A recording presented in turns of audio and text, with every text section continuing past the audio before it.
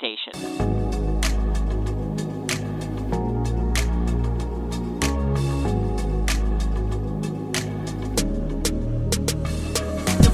morning, everyone. Welcome to Street Talk Radio Show with your host, Natasha, Nicole, and my beautiful co-host, Jennifer Gigi Ferguson. Good morning, everyone. This morning we have Christina, Sassy, the Litagator, Larry in the building with us this morning. Good morning, Christina. Good morning. Thank you guys for having me. I'm so excited to be here. Yes, Christina, tell us a little bit about you and what you do and your law firm, and just open us up this morning. Yeah, I will do that. So, as I said, I'm Christina. So I moved to this area about, it's almost been 9 years, which is crazy. I've never lived anywhere. I grew up an Army brat. So I moved every 2 years on the dot growing up. And as an adult, I kept doing that. So I've lived in London, Germany, Korea, Texas, all over. So I moved here from Houston. I say I'm from Atlanta because that's where I went to high school. That's where my parents are from. And I did go to law school in Texas at Thurgood Marshall, Texas Southern, which is an HBCU. So I have to make sure we always mention that. Yes. And I just kind of got bored with Texas and I wanted to try something different. So I came to Seattle sight unseen. Had never been to Seattle, didn't know what Seattle had or anything of that nature. I packed up all my stuff.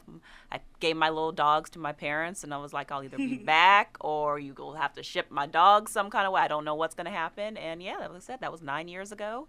About 6 years ago, which is crazy now that I think about it, I quit my job and started my own law firm. Nice. Sassy Litigations. So I do family law. I do small business. I have a couple of sub-brands. I have the Prenup Princess, which I'm always trying to educate people on the power of a prenup. It's not a bad thing. Don't dismiss that. And I have another brand called the Seattle Wedding Lawyer that I always talk about, too. That just kind of is about, there's laws around getting married that people don't know, so I can kind of help out with that as well. So, Ooh, yeah. So are you going to talk about the Sassy? I'm talking about all the Sassy and the prenups and all that good stuff. This is right up our alley. All right. Go ahead. Awesome. So, Christina, just tell us a little bit. Before the show, we were talking about the prenup thing. Right. And people always think that prenups are bad because we hear that word and we automatically think red flags. Can you just go into a little bit, maybe give that analogy that you had given me? Yeah, definitely. So I always try to educate people on prenups. I don't think people know what a prenup is or what it does. They hear about it through some celebrity that had an ironclad prenup and now they're not getting anything or they're trying to keep something. And that's one way to look at a prenup, but there's a lot of other things that a prenup can do. And as I was talking about earlier, I say, people get health insurance, they get life insurance, they get car insurance, they get renter's insurance, whatever it is. And you don't think twice about it. Prenup's kind of like marriage insurance. Why wouldn't you get something that is an insurance, with divorce rates being what they are, somewhere between 40 to 70%, depending on who you are. Why wouldn't you get some kind of insurance? I mean, you get insurance for your cell phone. So why wouldn't you get insurance on something else? You get life insurance. Right, exactly. That's true. You get all these kinds of insurance. So why wouldn't you get something for your marriage, knowing that you have possibly a 40 to 70% chance of it not really working out? Wow. It doesn't Now, really is that make sense. on the first marriage or a second marriage? Yeah, exactly. That's where it depends. So first marriages are around that 40% mark. Second marriage is around about 53%. And then when you're getting into 63%. When you get into your third marriages, you're about 70% likely to get a divorce. Yeah, I knew it went up with each Right, marriage. exactly. The more marriages you have, the higher that divorce rate increases. So that's exactly a good reason why to get one. And I always said they're a beneficial tool because you're going through your finances. That's a big reason people get divorced, is they don't talk about money or finances. And before you get married, you have to put all that out there on the table and know what everybody has and what they're working with. That actually could help your marriage because you know what you're getting into. There's no secrets. You've talked about it. You know how people are spending, how they're saving, where their money is. There's none of that stuff. And that is so important right there because we all know I've been married twice. And my first marriage, we didn't discuss any of those things. Right. I was young, didn't have a lot of knowledge behind my belt, and you just step into it out of love. Exactly.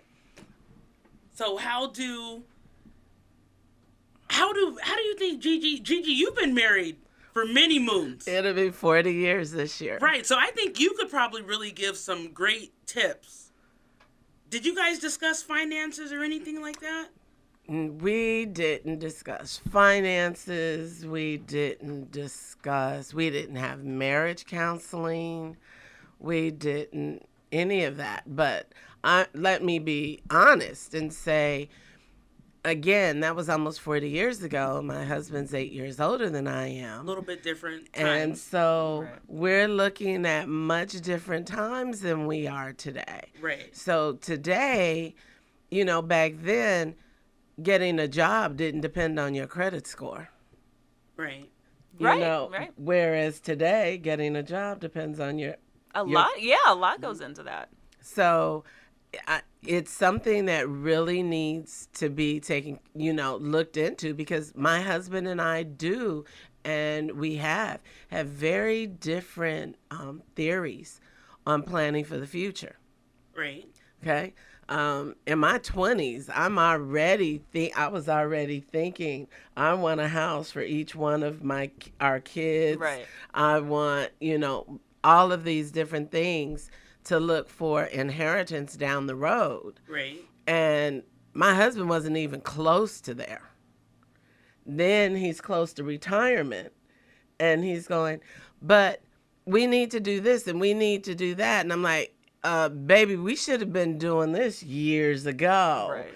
And you weren't there. So I like what you're saying. Well, and that's one of the things a prenup can do. It helps you start planning. What do you want to do retirement? When should you start planning? Where should that money start going? So it's a lot of financial planning that it really goes into. And it kind of helps with seeing who you're going to marry, too. Because if they are putting something like, well, if we get divorced, you get absolutely nothing. Is that someone you really want to be married to? Why are they Right. saying that? What does that really mean? Right. People put all kinds of weird things in a prenup that kind of shows who their true character is that you might not have True. seen before. Yes. So that kind of helps you kind of sit there and start looking at, is this someone I really want to start pledging forever with? So basically, Ooh. what I just got from what she just said, a prenup could actually help you determine Right. if you really want to marry this person and make it to where you don't have to step in as a divorce attorney in the first place. Exactly. Like I said, it can help you decide if you should be getting into this marriage, and it can help you possibly, if you do get into it, to actually stay married, because some of these issues that you will come up later, you've already Right. sat through, you've talked about, you've worked them out. So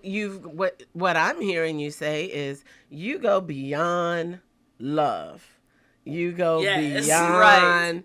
emotions and feelings, and you go into, okay, let's look, we have the love, we have the feelings, Right. but now let's take this to a business aspect. And it is. Marriage is our business. I don't think people They kind are. of realize They that. are. They want to focus on this romance, and romance is great, but marriage is not all about romance Love it. at all. And if that's all you're going into marriage for, you're going to be sadly mistaken once you Yes. kind of wake up and realize that's not what it's all Because about. it's a partnership. It It is. is. Right. It really is. So Right. it's not about that. And I always say, you can be in love, just don't be stupid in love. And that's where I feel like a prenup can kind of come in and help you.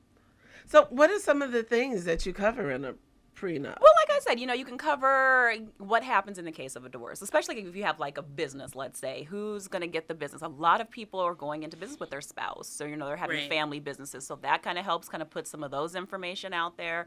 You can talk about the things, okay, case of divorce, who gets what? How are we going to really kind of separate Right. things? Or, are we going to make sure we keep everything separate? Are we going to keep everything together? Is there spousal maintenance going to be involved? I know everybody's been kind of going back and forth, seeing what's going on, like Mary J. Blige, when she had to pay so much money in spousal maintenance each month. Right. Those kinds of things that you can kind of put in there to limit that. What happens if one spouse goes back to school and the other one's the one who's supporting? How does that kind of look like? So Wow. there's all those things that people don't think about. What if you're, Yes. you had a great job and you're the one who's going to stay home, whether you're the father staying home or the mother staying home and take care of the kids? What does Right. that look like? You're giving up a career to stay home and take care of the kids. But then if you end up Yes. with a divorce, you don't really have that income anymore because you guys made that decision as a couple for you to stay home. So those are kinds of things that can actually go into a prenup. I like it. I like it. So I guess listeners, though, today many of us never think about or have thought about a prenup for our marriage. Right. I think looking at especially the divorce rates, Right. I don't care if you're getting married at 18, 19, 20 years old. You still need to look at, how does this person that I'm with thinking? Right. And if you're going into a marriage, then you're going to have to think as an adult and not a child And that's going to really push you there. I think it's great because, like I said, my first husband, we didn't talk about any of those kinds of things. We weren't even, our heads weren't even thinking like that. We did marriage counseling, and the counselor opened up our eyes to some things. But it was like, even in that situation, we were young. I was in my, late 20s. So, but I still was the breadwinner of the relationship. You know, there was a lot of things that were going on that if I would have maybe sat down with someone and just talked about what lies ahead 5 years or even what lies ahead 2 years from now, it might have opened my eyes to a lot of things, and possibly my marriage could have even been saved. Right. Possibly. And that's what it is. It's something that you just start thinking about, start pushing out there, start talking about. And I always say, you know, as soon as you put that engagement ring on somebody, you start talking about those financial issues, because that is still the number one cause for divorces. It's still number one. You know, other things are creeping their way up there, but finances is still really up there. You want to talk about some of those other things as well? Yeah, I will definitely. I think one of the big ones that I'm seeing is social media. Stay off of that social media. That's what's going on. It's social media affairs is what they're calling them. Social media affairs. You don't even really have to even meet the other person. Like, you know, it wasn't an affair like back in the old days where you're sneaking around. You're just on you're hearting somebody's Instagram where you shouldn't be, or you're finding that, you know, long lost love from high school, just kind of wanting to see what they're up to. Just what are they up to? Just want to peek around on their page. That happens a lot. Right. Exactly. People from your past pop back up. Due to social media. Exactly. Yes. And that's one of the big things that actually ends up happening is people start, you know, playing around the social media. They're liking pictures or, you know, talking to people, doing whatever they shouldn't be doing. And that's leading to a lot of problems in marriages right now. I can see that, though, being an issue, because I know myself, some of the photos that are shared on social media are just, they're not appropriate. It's nothing that I would personally share, you know what I mean? And to know that your spouse or mate is hitting that heart button on there, I love that. You know, like, I like that picture. Now, you don't like it. You love it. Right. Like, why are you hearting this person's picture? Who is this person do you see what they have on? They have on practically nothing. Right.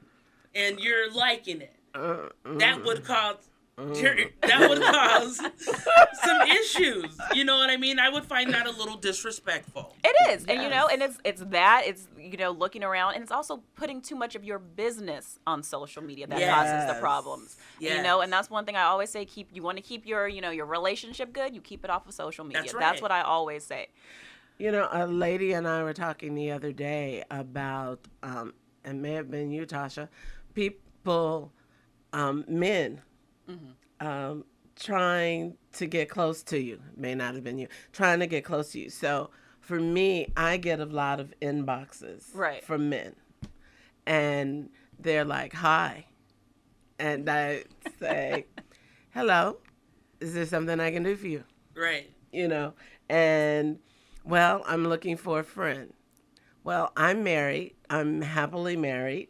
And I don't have friendships with men unless it's connected with business. Right. You know, and I had to learn to put that. Right. And some of the men even push beyond that. And I mean, some of the things that have come through, I'm like, just block, you're through. But some have, well, you know, it's okay to sit down and have this have a conversation and be friends with men. Well, I'm a marriage and family therapist. That can turn into a soul tie. Yes. And a soul tie is worse than a sexual tie. Yes, I agree.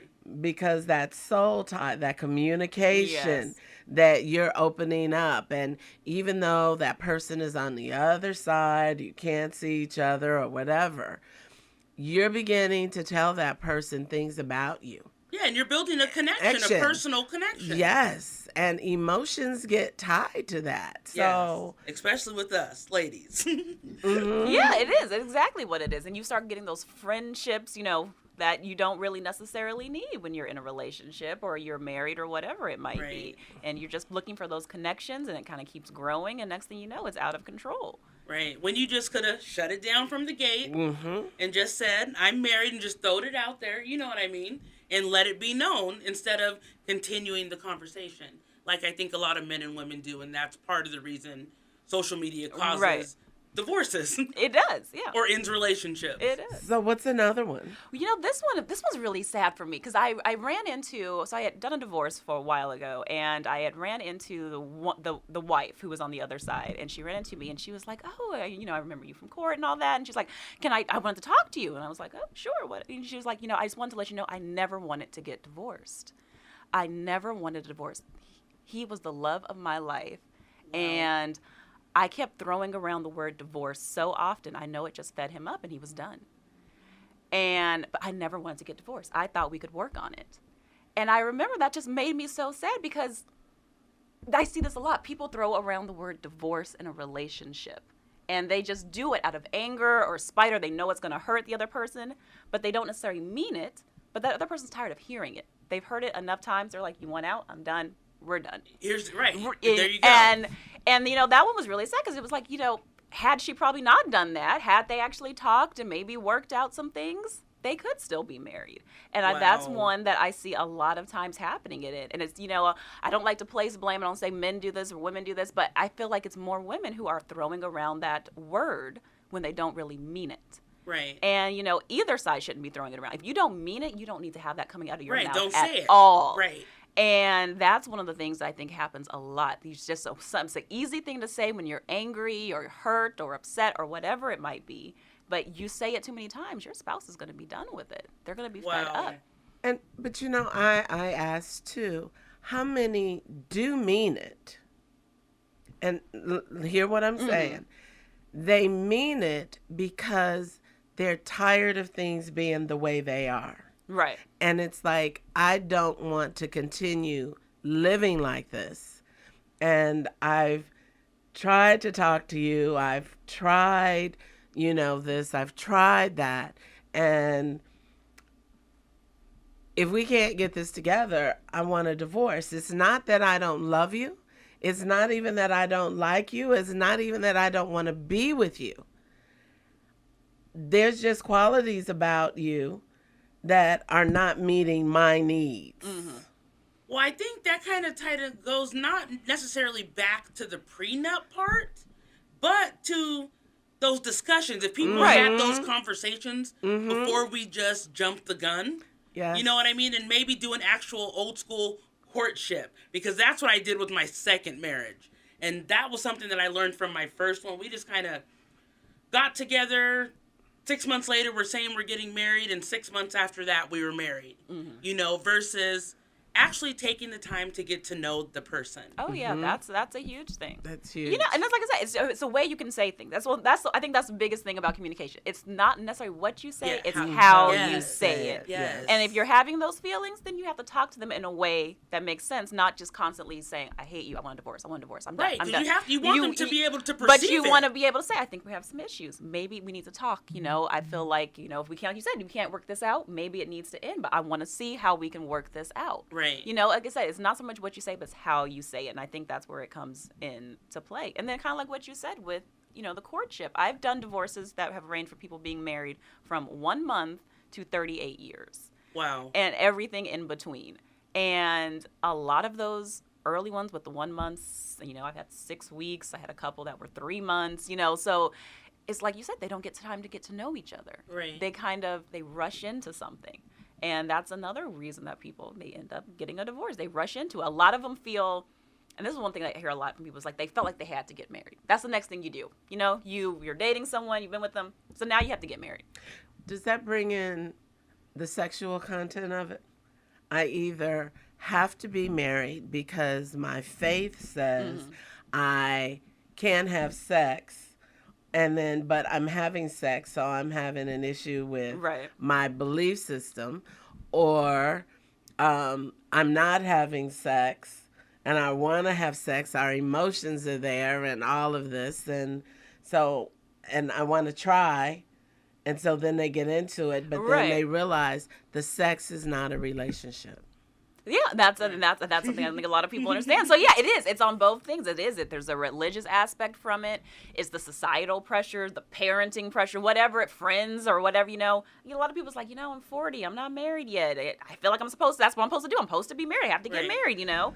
And not necessarily. I mean, it's 2018. People are doing all kinds of things. You don't have to get married if you don't want to get married, because especially if you're going to just do it for the sake of doing it and end up divorced, 2-3 years later, what's really the point of doing it? Right.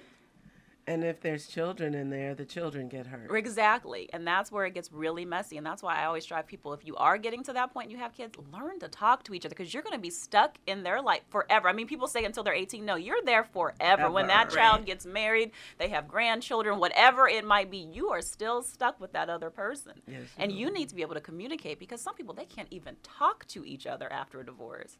It's like, how are you going to parent? Right.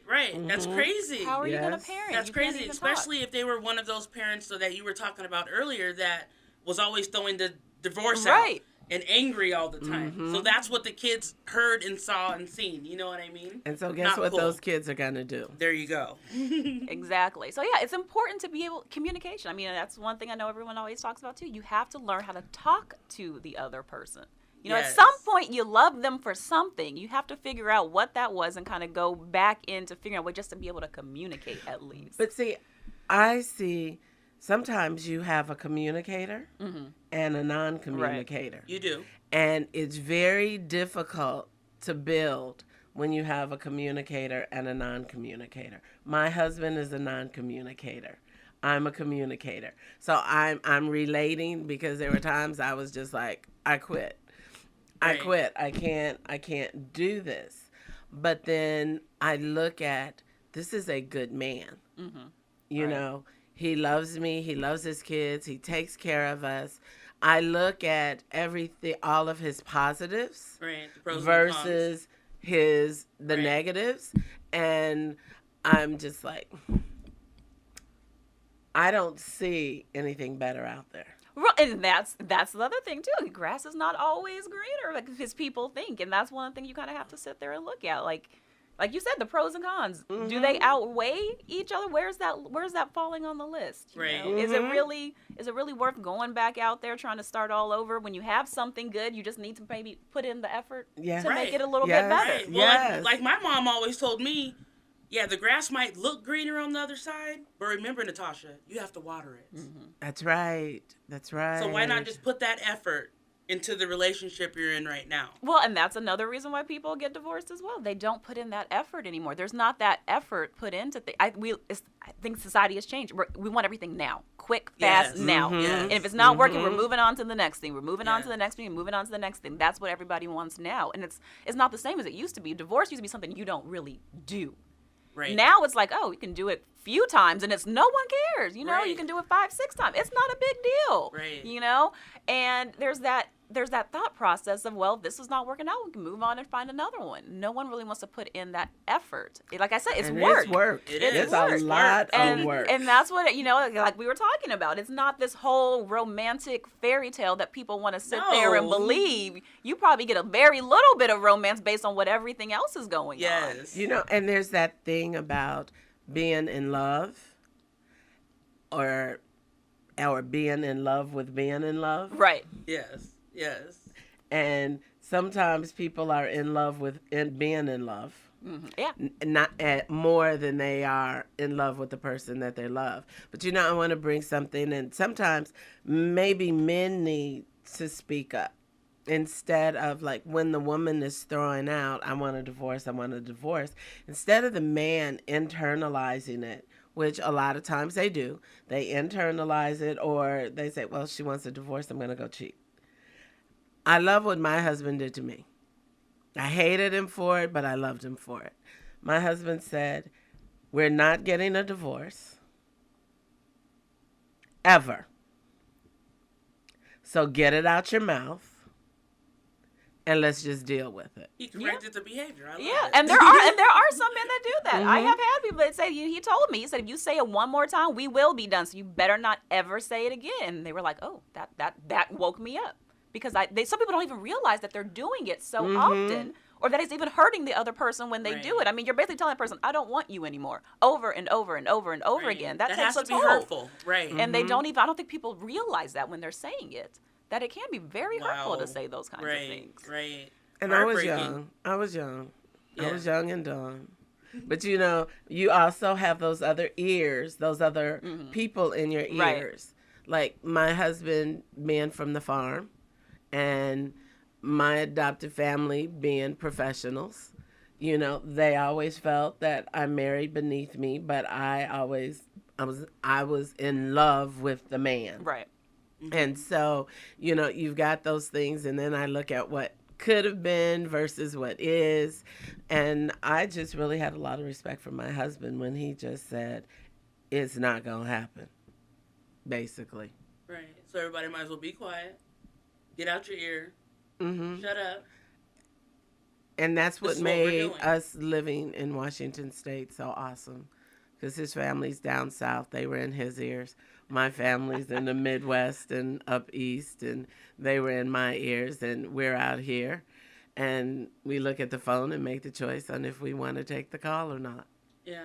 Yeah, and that's again, that plays back into that whole social media. Keep your relationship off there, because you'll get your friends chiming in, you'll get your family members chiming, whoever it is chiming in on your relationship, and they're not being private about. They're putting it out there on social media for everybody to see the cracks in your relationship, Right. because you've put something up there. Now everyone's gonna chime in on that, and that's why I always keep it off. Keep it off. People always want to put stuff up there and show off their relationship, and I get that. But why are you showing it off to the world? It doesn't need to be shown. It's between you two.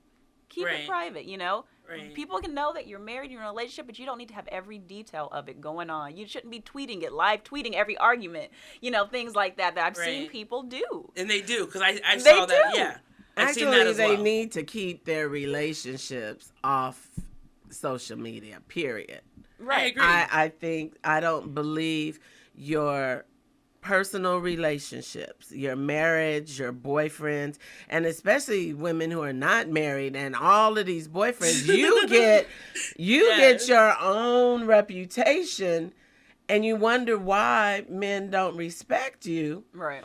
But it's because you keep having all these boyfriends, and all these boyfriends, and what you're doing is all on social media. Mm-hmm.